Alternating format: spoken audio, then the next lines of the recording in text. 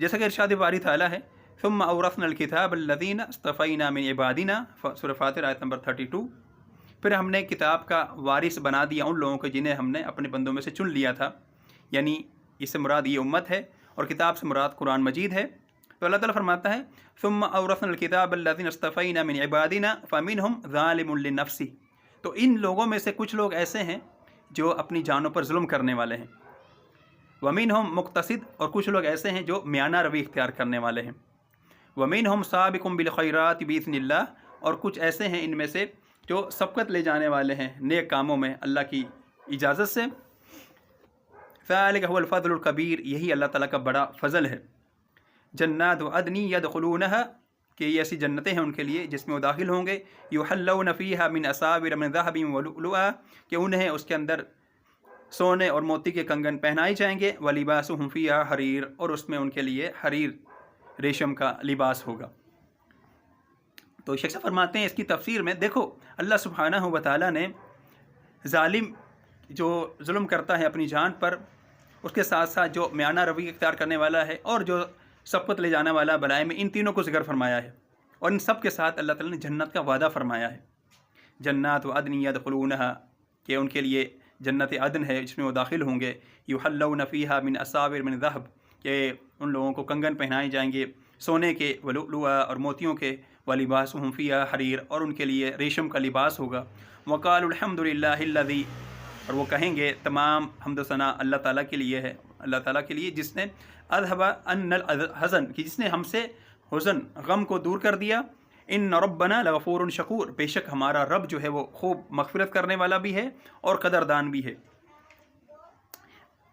الذی احلنا دار المقامۃ من فضلہ، کہ جس نے ہمیں ہمیشہ ہمیشہ کے گھر میں داخل کر دیا اپنے فضل سے، لا یمسنا فیہا نصب، کہ جس میں ہمیں کوئی تکلیف نہیں پہنچتی، ولا یمسنا فیہا لغوب، اور نہ ہی کوئی ہمیں تھکاوٹ پہنچتی ہے، سورہ فاطر آیت نمبر 33 سے 35 تک۔ تو اللہ تعالیٰ نے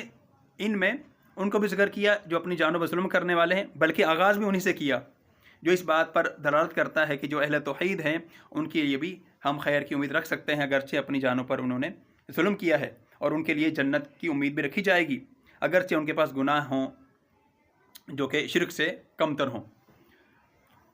اور شیخ صاحب فرماتے ہیں کہ ایک حدیث بھی آئے گی آگے، بہت ساری حدیث اس حوالے سے، کہ نبی علیہ الصلوۃ والسلام نے فرمایا من مات وہو یشرک باللہ شیئا دخل النار، جو اس حال میں مر گیا کہ اللہ کے ساتھ شرک کرتا تھا تو وہ جہنم میں داخل ہوگا، ومن مات وہو لا یشرک باللہ شیئا دخل الجنہ،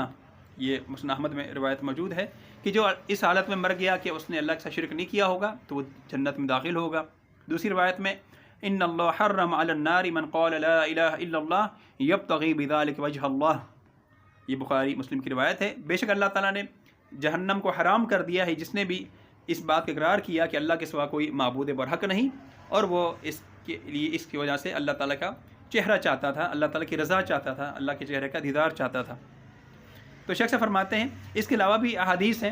کہ جس سے یہ ثابت ہوتا ہے کہ جو توحید اہل توحید ہیں وہ جہنم میں داخل ہونے سے بچ جائیں گے، یا پھر وہ ہمیشہ ہمیشہ کے لیے جہنم سے بچا لیے جائیں گے۔ اس کے تعلق سے مستقل ایک باب آئے گا اسی مبارک کتاب کے اندر جس کا نام ہے باب فضل التوحید وما یکفر من الذنوب، اس کے باب کو ہم آگے چل کے پڑھیں گے۔ تو شیخ صاحب فرماتے ہیں جب نبی کریم صلی اللہ علیہ وسلم نے یہ ارشاد فرمایا حق العباد علی اللہ، کہ اللہ تعالیٰ پر حق ہے بندوں کا کہ اللہ تعالیٰ بندوں کو عذاب نہ دے جو شرک نہیں کرتے، تو سیدنا معاذ رضی اللہ عنہ نے فرمایا یا رسول اللہ صلی اللہ علیہ وسلم کہ میں یہ خوشخبری جو ہے لوگوں کو نہ سنا دوں، کیونکہ یہ ایک خوشی کی بات ہے۔ تو نبی کریم صلی اللہ علیہ وسلم نے ارشاد فرمایا، جب انہوں نے کہا کہ میں خوشخبری نہ سناؤں لوگوں کو، تو آپ نے فرمایا انہیں خوشخبری نہ سناؤ کیونکہ وہ اسی پر بھروسہ کر کے بیٹھ جائیں گے، یعنی نبی کریم صلی اللہ علیہ وسلم ڈر گئے کہ جب لوگ سن لیں گے یہ بات تو اسی کے اوپر بھروسہ کر کے بیٹھ جائیں گے، اور ان کے اندر رجا جو ہے امید جو ہے غالب آ جائے گی، اور وہ گناہوں کے معاملے میں سستی کا شکار ہو جائیں گے، اور وہ کہیں گے کہ جب تک ہم اہل توحید ہیں ہمیں جو گناہ ہیں وہ کوئی نقصان نہیں پہنچا سکتے۔ اس لیے نبی کریم صلی اللہ علیہ وسلم نے فرمایا ہے کہ اللہ تعالیٰ اس شخص کو عذاب نہیں دے گا جو شرک نہیں کرتا، اور ہم تو اہل توحید ہیں، ہم تو شرک نہیں کرتے، اور ہم تو صرف اللہ تعالیٰ کی عبادت کرتے ہیں، تو ایسے لوگ پھر گناہوں میں سستی کا شکار ہو جائیں گے، اور ان پر پھر رجا جو ہے، امید جو ہے غالب آ جائے گی خوف کے مقابلے میں۔ تو یہ حکمت ہے کہ جو علم ہے اس کو مناسب جگہ پر رکھا جاتا ہے، کہ جب بعض ایسے مسائل ہوتے ہیں کہ اگر لوگوں کے سامنے بیان کیے جائیں تو لوگ اس کا غلط مفہوم لے سکتے ہیں، تو ان سے بعض مسائل کو چھپایا جا سکتا ہے، ان پر شفقت کرتے ہوئے، رحمت کرتے ہوئے، تاکہ وہ کسی محظور میں مبتلا نہ ہو جائیں۔ تو نبی کریم صلی اللہ علیہ وسلم نے اس طرح کا علم لوگوں سے چھپانے کا بھی حکم دیا، جیسا کہ سیدنا معاذ کو صرف بتلا دیا، کیونکہ معاذ جو ہے وہ بڑے علماء میں سے تھے، خاص علماء میں سے تھے۔ تو یہ بات اس چیز پر دلالت کرتی ہے کہ بعض دفعہ علم کو مصلحت کی خاطر چھپایا بھی جا سکتا ہے، جب اس کی وجہ سے لوگوں کے اوپر جو ہے غلط اثر جاتا ہو، یا لوگ اس کو غلط سمجھ لیتے ہوں کہ وہ غلط مفہوم لے لیں گے اور اسی پر بھروسہ کر کے بیٹھ جائیں گے۔ تو یہ جو مسائل ہیں وہ خاص علماء کرام کو بیان کیے جاتے ہیں، کہ جن سے یہ ڈر نہیں ہوتا کہ وہ اس محظور میں پڑ جائیں گے۔ تو علماء کرام نے اس حدیث سے یہ بھی ایک فائدہ نکالا ہے کہ مصلحت کی خاطر علم کو چھپایا بھی جا سکتا ہے، اور سیدنا معاذ نے بھی یہ حدیث اس وقت بیان کی جب آپ کے موت کا وقت قریب آیا، کیونکہ وہ ڈر گئے کہ میرے پاس کوئی حدیث ہو اور وہ میں بیان نہ کروں اور مجھے اسی حالت میں موت آ جائے اور میرے لوگوں کو یہ نہ پہنچائی ہو، تو اس وجہ سے انہوں نے آخری وقت میں یہ حدیث بیان فرما دی۔ اور دوسری روایت میں سیدنا علی رضی اللہ عنہ فرماتے ہیں، حدث الناس بما یعرفون، کہ لوگوں کو بیان کرو وہ احادیث جنہیں وہ پہچانتے ہوں۔ اتحبون، کیا تم پسند کرتے ہو، ان یکذب اللہ ورسولہ، کہ اللہ تعالیٰ کو اور اس کے رسول کو جھٹلایا جائے؟ یعنی لوگوں کے سامنے ایسے مسائل نہ بیان کیے جائیں جن کو وہ سمجھ نہ سکتے ہوں یا ان کے لیے تشویش کا باعث بن سکتے ہوں۔ لوگوں کے سامنے تو وہ چیزیں بیان کی جاتی ہیں جس کو وہ سمجھ سکتے ہیں، جس سے وہ استفادہ کر سکتے ہیں، اور بعض ایسے نادر مسائل ہوتے ہیں، خاص مسائل ہوتے ہیں جو صرف طلبۃ العلم کو بیان کیے جاتے ہیں، یا جو پھر علم میں مضبوط ہو چکے ہیں، سمجھدار ہوتے ہیں، ان کو بیان کیے جاتے ہیں۔ یہی حکمت ہے کہ چیز کو اس کی مناسب جگہ پر رکھا جاتا ہے۔ تو جب آپ یہ ایسی روایات ان کے سامنے بیان کریں گے جو شراب خوری کرتے ہیں، زانی ہیں، چوریاں کرتے ہیں، اور تو وہ کہیں گے اللہ تعالیٰ غفور الرحیم ہے، اللہ تعالیٰ قریب المجیب ہے، اللہ تعالیٰ معاف کر دے گا، تو ان کا شر جو ہے مزید بڑھ جائے گا۔ لیکن جگہ آپ ان سے یہ کہتے ہیں کہ اللہ تعالیٰ سے ڈرو، اللہ تعالیٰ نے زانی کو عذاب کا وعدہ فرمایا ہے، اور اسی طرح چور کے لیے بھی اللہ تعالیٰ نے عذاب کا وعدہ کیا ہے، تو جو نافرمانی ہوتی ہے اس پر شدید عذاب بھی دیا جاتا ہے، اور ان کے سامنے اگر آپ یہ وعید کی نصوص بیان کرتے ہیں جس میں اللہ تعالیٰ نے ڈرایا ہے تاکہ وہ توبہ کریں، تو یہ طریقہ کار ہوتا ہے ان لوگوں کو گناہوں سے بچانے کا۔ اور اسی طرح دوسری طرف شیخ صاحب فرماتے ہیں، وہ لوگ جو دین سے جڑے ہوتے ہیں، دین پر ثابت قدمی اختیار کی ہوتی ہے، دین کو مضبوطی سے تھامے ہوتے ہیں، اچھے عمل کر رہے ہوتے ہیں، اگر آپ ان کے سامنے صرف وعید کی آیتیں، عذاب جن میں ذکر ہوا ہے، عذاب سے ڈرایا گیا ہے، وہ آیتیں اگر آپ دلائل بیان کریں گے تو ہو سکتا ہے کہ ان کے اندر وسوسے مزید آ جائیں اور وہ تشدد پہ اتر آئیں۔ تو ان کے لیے پھر آپ جو ہے ایسی آیات بیان کریں جس میں آسانی بیان کی گئی ہے، جس میں اللہ تعالیٰ کے فضل و کرم کا ذکر کیا گیا ہے، تاکہ وہ اعتدال میں رہ سکیں اور وہ تشدد کا شکار نہ ہوں اور کسی بھی قسم کے غلو سے وہ بچ سکیں۔ تو ہر قول کے لیے ایک جگہ ہوتی ہے جہاں پہ وہ قول وہ بات کی جاتی ہے کہ تمام معاملات کو اس کی جگہ پر رکھا جائے، یہ وہ صحیح میزان ہے۔ اور سارے کے سارے لوگ ایک جیسا نہیں ہوتے، ہر شخص کو اس کے حیثیت کے مطابق جو ہے بیان کیا جاتا ہے۔ تو آپ کبھی بھی جو وہ آیات جس میں اللہ تعالیٰ نے جنت کا وعدہ کیا ہے اور امید دلائی ہے جنت کی، وہ ایسے سست لوگوں کے سامنے بیان نہ کریں، اور نہ ہی جو متشدد قسم کے لوگ ہوتے ہیں جو عبادات میں تشدد کرتے ہیں ان کے سامنے وعید کی آیات سنائیں، بلکہ جیسا کہ ایک طبیب ہوتا ہے، ڈاکٹر ہوتا ہے، وہ صحیح مناسب مرض کے حساب سے ایک دوائی دیتا ہے، اسی طرح جو طالب علم ہے اسے بھی اسی طرح ہونا چاہیے کہ ان معاملات میں وہ جو ہے کسی بھی قسم کی کوتاہی کا شکار نہ ہو، بلکہ اسے لوگوں کو پہچاننا چاہیے، لوگوں کی عقل کو جاننا چاہیے کہ کون سے ایسے مسائل ہیں جو عوام کے سامنے بیان کیے جائیں گے اور کون سے ایسے مسائل ہیں جو صرف طلبۃ العلم کے لیے بیان کیے جائیں گے، کیونکہ لوگ سارے کے سارے ایک جیسا نہیں ہوتے۔ اسی لیے سیدنا ابن مسعود رضی اللہ عنہ فرماتے ہیں،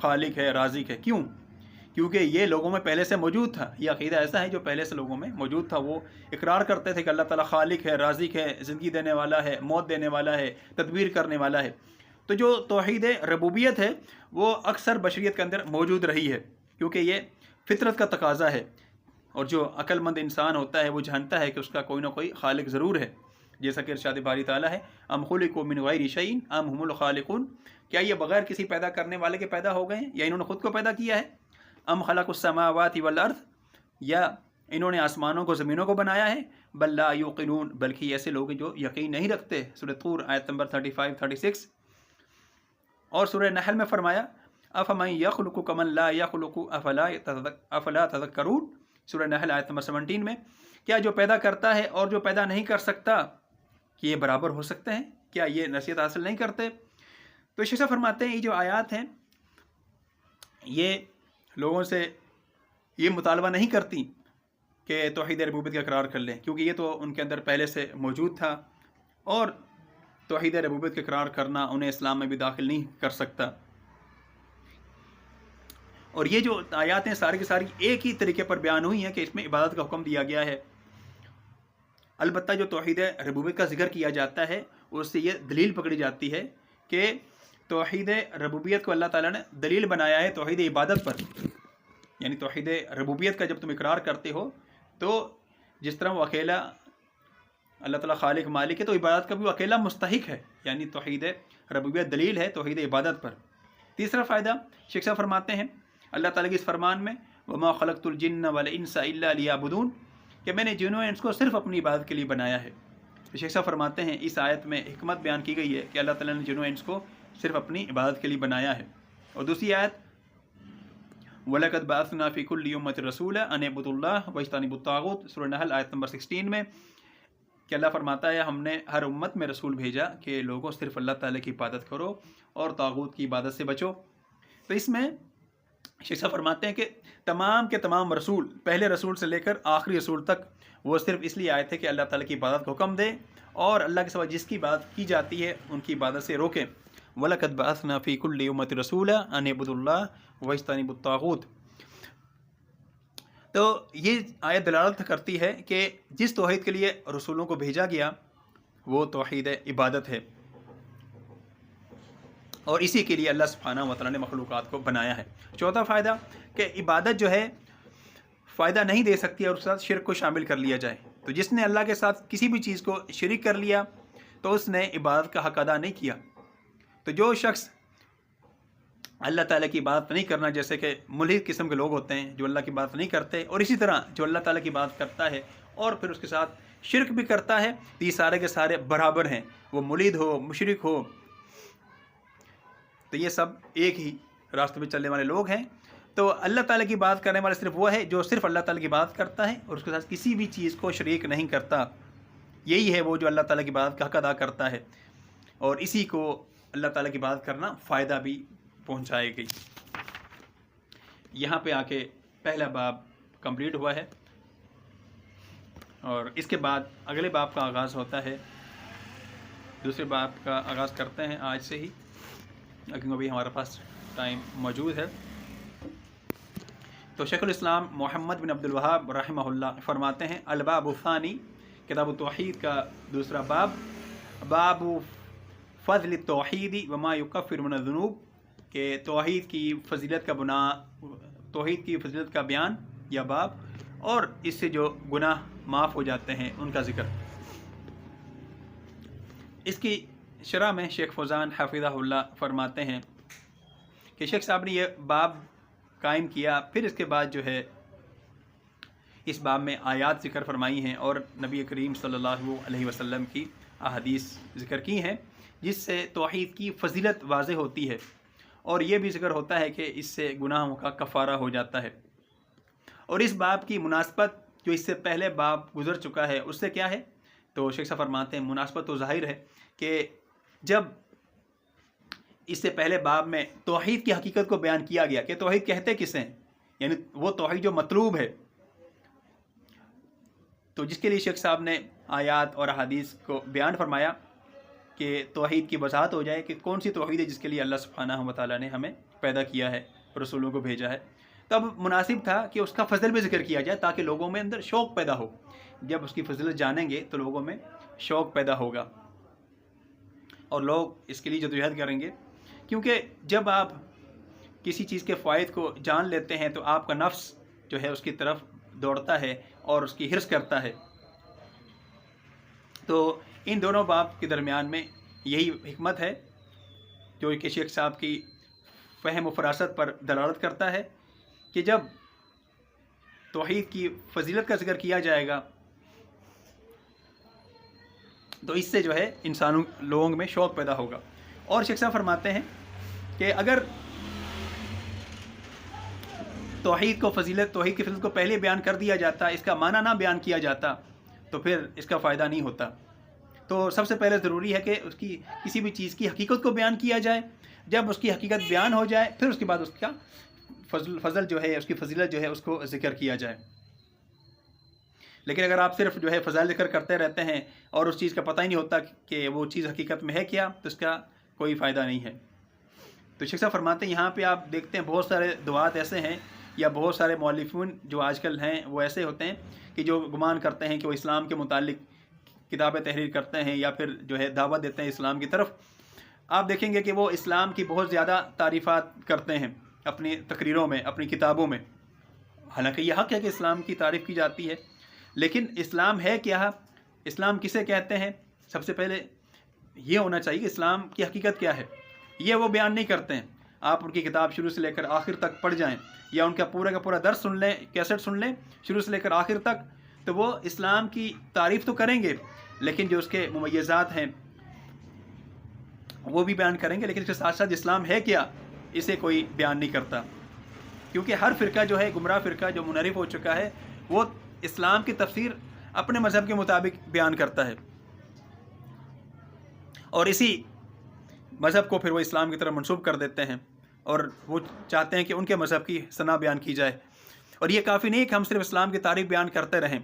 بلکہ حقیقت میں بتایا جائے لوگوں کو کہ اسلام ہے کیا، اسلام کی حقیقت کیا ہے، کہ جو اسلام جو بندہ قبول کر لیتا ہے تو وہ کفر سے نجات پا جاتا ہے، کہ وہ توحید میں داخل ہو جاتا ہے اور پھر جنت میں داخل ہوگا، جہنم سے نجات پا جائے گا۔ تو وہ اسلام کی آخر حقیقت کیا ہے، اور اسی طرح پھر اس کے نواقص کیا ہیں کہ جو اسلام کو ختم کر دیتے ہیں، یا پھر ایسے وہ اعمال جن سے کے کرنے سے انسان دار اسلام سے خارج ہو جاتا ہے، یا پھر اسی طرح اسلام کی تکمیل کن چیزوں سے ہوتی ہے، یا پھر وہ چیزیں کون سی ہیں جن سے اسلام ناقص ہو جاتا ہے۔ تو ان چیزوں کا بیان کرنا بھی ضروری ہے، صرف اسلام کی تعریفیں بیان کرتے رہنا یہ کافی نہیں ہے، بلکہ اگر آپ صرف فضائل بیان کرتے رہتے ہیں اور اس کی حقیقت بیان نہیں کرتے کہ اسلام ہے کیا، تو یہ آپ عظیم خطا پر ہیں۔ اور اسلام جو نبی کریم صلی اللہ علیہ وسلم لے کر آئے، جس پر صحابہ کرام رضی اللہ عنہم اجمعین تھے اور جس پر بہترین زمانے کے لوگ تھے، تو وہی حقیقت میں اسلام ہے۔ تو جو کوئی مخالفت کرتا ہے ان کی وہ حقیقت میں اسلام پر نہیں ہے، اگرچہ ان کا جو دعویٰ کرنے والے یہ دعویٰ کرتے رہیں کہ وہ اسلام کے اوپر ہیں، کیونکہ آپ دیکھیں گے یہاں پہ ایسے ایسے لوگ پائے جاتے ہیں کہ جیسا کہ شیخ صاحب نے باب الاول میں حقیقت بیان کی ہے توحید کی، کہ تاکہ ہر کوئی یہ دعویٰ نہ کرے کہ وہ اس کا مذہب جو ہے توحید پر ہے، یا جس پر بھی وہ چل رہا ہے وہ توحید پر چل رہا ہے۔ یہ سب سے اہم معاملہ ہے، کیونکہ اسلام کا دعویٰ کرنے والے بہت سارے لوگ ہیں، لیکن وہ لوگوں کے سامنے اسلام کی حقیقت بیان نہیں کرتے، توحید کی حقیقت بیان نہیں کرتے۔ وہ کہتے ہیں کہ اس سے لوگوں کے درمیان تفرقہ ہوتا ہے، لوگ اس سے دور ہو جاتے ہیں، اس لیے اس چیز کو وہ چھوڑ دیتے ہیں، لوگوں کے سامنے حقائق کو رکھتے نہیں ہیں۔ اس لیے جو ہے چیزوں کی حقیقت کو بیان کرنا ضروری ہے۔ اور اس باب میں جو پہلی آیت بیان کی شیخ الاسلام رحمہ اللہ نے، فرماتے ہیں اللہ تعالیٰ نے فرمایا الذین آمنوا ولم یلبسوا ایمانہم بظلم اولئک لہم الامن وہم مہتدون، کہ وہ لوگ جنہوں نے ایمان قبول کیا اور پھر اپنے ایمان کے ساتھ شرک کو شامل نہیں کیا، ان کے لیے امن و امان ہے اور وہی ہدایت یافتہ ہیں۔ تو شیخ صاحب فرماتے ہیں یہ جو آیت ہے یہ سیدنا ابراہیم علیہ السلام کا جب اپنی قوم سے مناظرہ ہوا، جو کہ ان کی قوم ستاروں کی عبادت کرتی تھی اور وہ سابی لوگ تھے جو کہ عراق میں رہتے تھے، اللہ سبحانہ و تعالیٰ نے اپنے نبی سیدنا ابراہیم خلیل کو بھیجا ان کی طرف، ان کو توحید کی دعوت دینے کے لیے، شرک رد کرنے کے لیے۔ کیونکہ اس وقت وہاں پہ اور کوئی مسلمان موجود ہی نہیں تھا، بلکہ سارے کے سارے بت پرستی کرتے تھے، اللہ تعالیٰ کی پناہ چاہتے ہیں۔ اور اللہ سبحانہ و تعالیٰ نے اس کو کئی جگہ پر بیان فرمایا ہے، سورۃ الانعام میں بھی جیسا کہ موجود ہے، ارشاد باری تعالیٰ ہے وَإِذْ قَالَ إِبْرَاهِيمُ لِأَبِيهِ آزَرَ، کہ اللہ سبحانہ و تعالیٰ فرماتا ہے کہ جب ابراہیم علیہ الصلوۃ والسلام نے اپنے والد سے کہا، یعنی سب سے پہلے شخص فرماتے ہیں کہ انہوں نے اپنے والد سے دعوت کا آغاز کیا، کیونکہ انسان پر واجب ہے کہ سب سے پہلے وہ اپنے نفس سے شروع کرے دعوت کو، اور پھر جو اس کے قریب ترین لوگ ہیں، اس کے اہل بیت ہیں یا اس کے پڑوسی ہیں، ان میں دعوت پھیلائے، آہستہ آہستہ کر کے اللہ کی طرف بلانا شروع کرے۔ تو ارشاد باری تعالیٰ ہے وَإِذْ قَالَ إِبْرَاهِيمُ لِأَبِيهِ آزَرَ، کہ جب انہوں نے اپنے والد آزر سے فرمایا أَتَتَّخِذُ أَصْنَامًا آلِهَةً، کیا آپ بتوں کو معبود بناتے ہیں، إِنِّي أَرَاكَ، بے شک میں دیکھتا ہوں آپ کو، وَقَوْمَكَ، اور آپ کی قوم کو، فِي ضَلَالٍ مُبِينٍ، کھلم کھلا گمراہی میں۔ اور دوسری آیت میں فرمایا وَلَقَدْ آتَيْنَا إِبْرَاهِيمَ رُشْدَهُ مِنْ قَبْلُ وَكُنَّا بِهِ عَالِمِينَ، اللہ فرماتا ہے ہم نے ابراہیم علیہ الصلوۃ والسلام کو اس سے پہلے ہی ہدایت دے دی تھی اور ہم ان کے بارے میں جانتے تھے۔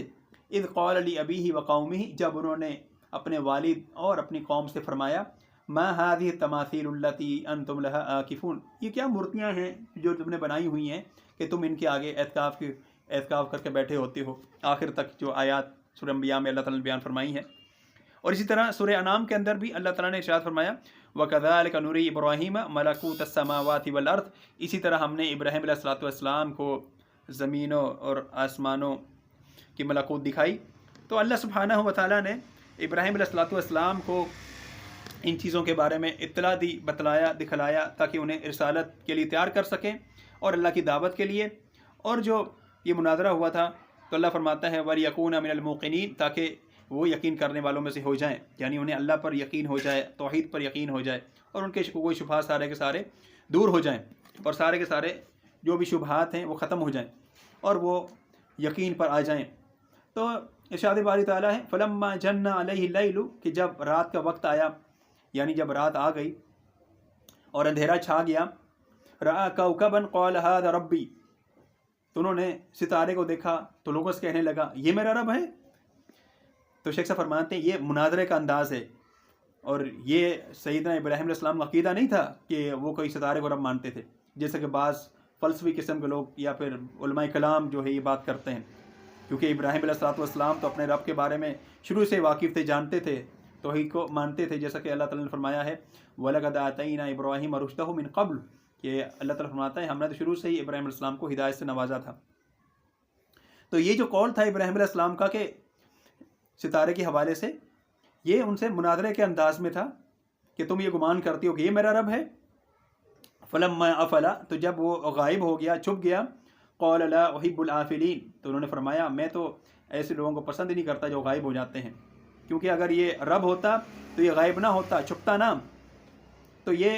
اس کا چھپ جانا اس کی ربوبیت کے باطل ہونے پر دلالت کرتا ہے۔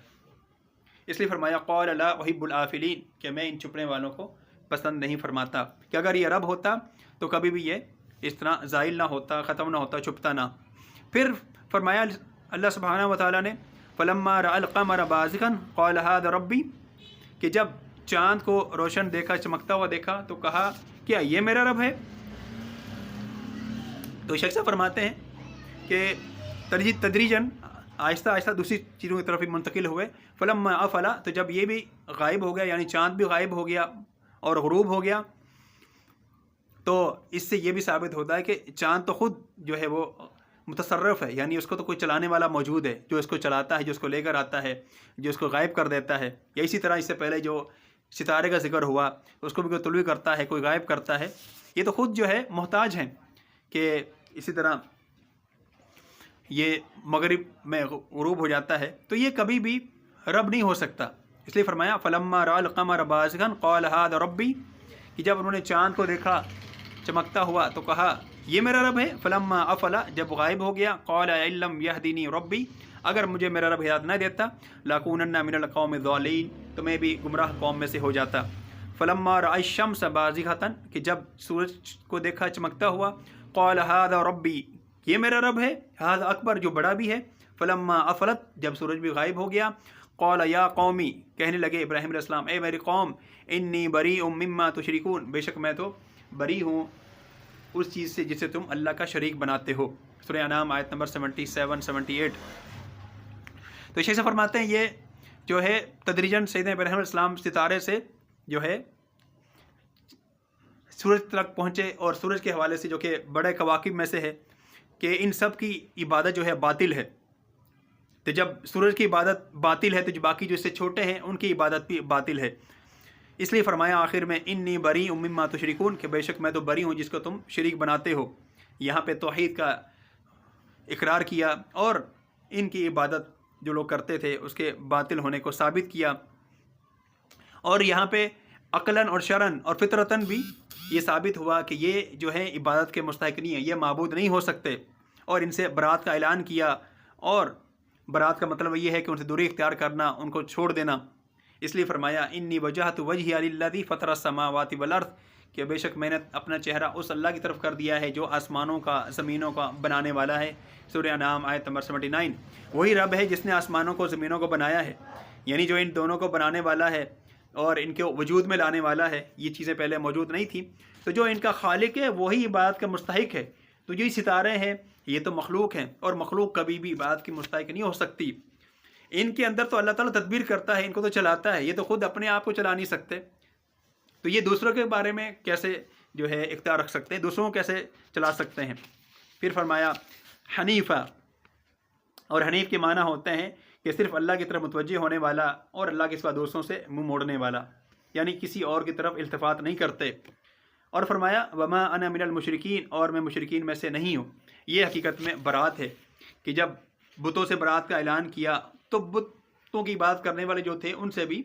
برات کا اعلان کیا۔ وحاجہ قومہ، تو ان سے ان کی قوم نے جھگڑا کیا، ان سے مناظرہ کیا کہ آپ جو ہے یہ دعوت جو توحید کی دعوت دیتے ہیں اس کو چھوڑ دیں، اور آپ بھی وہی راستہ اپنائیں جس پر ہمارے علاقے کے لوگ چل رہے ہیں، آپ بھی لوگوں کے ساتھ چلیں۔ یہاں تک کہ جو ان کے والد تھے وہ بھی آپ کے سامنے کھڑے ہو گئے، جیسے کہ اللہ سبحانہ و تعالیٰ نے ذکر فرمایا ہے سورہ مریم میں کہ ان کے والد جو تھے وہ ان کے مقابلے میں آ گئے اور کہنے لگے قال اراغب انت، کیا تم بے رغبتی کرتے ہو ان آلہتی، میرے معبودوں سے، یا ابراہیم، اے ابراہیم، لئن لم تنتہی، اگر آپ اس سے باز نہیں آؤ گے، لارجمنک، تو میں آپ کو رجم کر دوں گا، واہجرنی ملیہ، تو مجھے کچھ وقت کے لیے چھوڑ دو۔ پھر فرمایا وحاجہ قومہ قال اتحاجونی فی اللہ، کہ ان کی قوم نے جب ان سے جھگڑا کیا تو کہا کیا تم مجھ سے اللہ کے متعلق جھگڑتے ہو، وقد ہدانی، یقین اس نے مجھے ہدایت سے نوازا ہے، ولا اخاف ما تشرکون بہ، اور میں نہیں ڈرتا ان سے جن کو تم اللہ کا شریک بناتے ہو، کیونکہ شیخ صاحب فرماتے ہیں وہ لوگ اپنے بتوں سے ڈرایا کرتے تھے۔ پھر فرمایا اللہ تعالیٰ نے الا ان یشاء ربی شیئا، کہ ابراہیم علیہ السلام فرماتے ہیں کہ ہاں اگر اللہ کچھ چاہے تو الگ بات ہے، وسع ربی کل شیء علما، کہ اللہ تعالیٰ کا علم ہر چیز سے وسیع ہے، افلا تتذکرون، کیا تم نصیحت حاصل نہیں کرتے، وکیف اخاف ما اشرکتم، اور میں کیسے ان سے ڈروں جن کو تم شریک بناتے ہو، ولا تخافون انکم اشرکتم باللہ، اور تمہیں ذرا بھی ڈر نہیں لگتا کہ تم اللہ کے ساتھ شریک کرتے ہو، ما لم ينزل به، کہ جس کے متعلق اللہ تعالیٰ نے نازل نہیں کی علیکم سلطانہ، کوئی بھی دلیل، یعنی اللہ نے کوئی دلیل نہیں اتاری اور تم انہیں شریک بناتے ہو، فأی الفریقین، تو ان دونوں فریق میں سے، دونوں گروہوں میں سے، احق بالامن، امن کا حقدار کون ہے، ان کنتم تعلمون، اگر تم واقعی علم رکھتے ہو۔ سورہ انعام آیت نمبر 80 اور 81۔ یعنی تم کیسے ڈراتے ہو مجھے اپنے معبودوں سے، اور تم اللہ سے نہیں ڈرتے ہو جس نے آسمانوں کو زمینوں کو بنایا ہے، اور تم اس کا شریک بناتے ہو۔ تو اگر تم جو مجھے ڈرانا چاہتے ہو تو حقیقت میں یہ ڈر تو تمہیں ہونا چاہیے تھا، ولا اخاف ما تشرکون بہ، اور میں ذرا سا بھی ان سے خوف نہیں کھاتا جو تم نے شریک بنا رکھے ہیں، کہ تمہارے ان بتوں کا مجھے کوئی غم نہیں، کوئی ڈر نہیں، کیونکہ میں اللہ کے پر بھروسہ کرنے والا ہوں۔ پھر اللہ فرماتا ہے فأی الفریقین احق بالامن، کہ ان دونوں فریق میں سے امن کا حقدار کون ہے، کہ جب تم ڈراتے ہو، خوف دلاتے ہو، تو میں تمہیں اللہ تعالیٰ سے خوف دلاتا ہوں، اور میں تمہیں یہ بتاتا ہوں کہ اگر تم توبہ نہیں کرو گے تو اللہ تعالیٰ تمہیں عذاب دے گا۔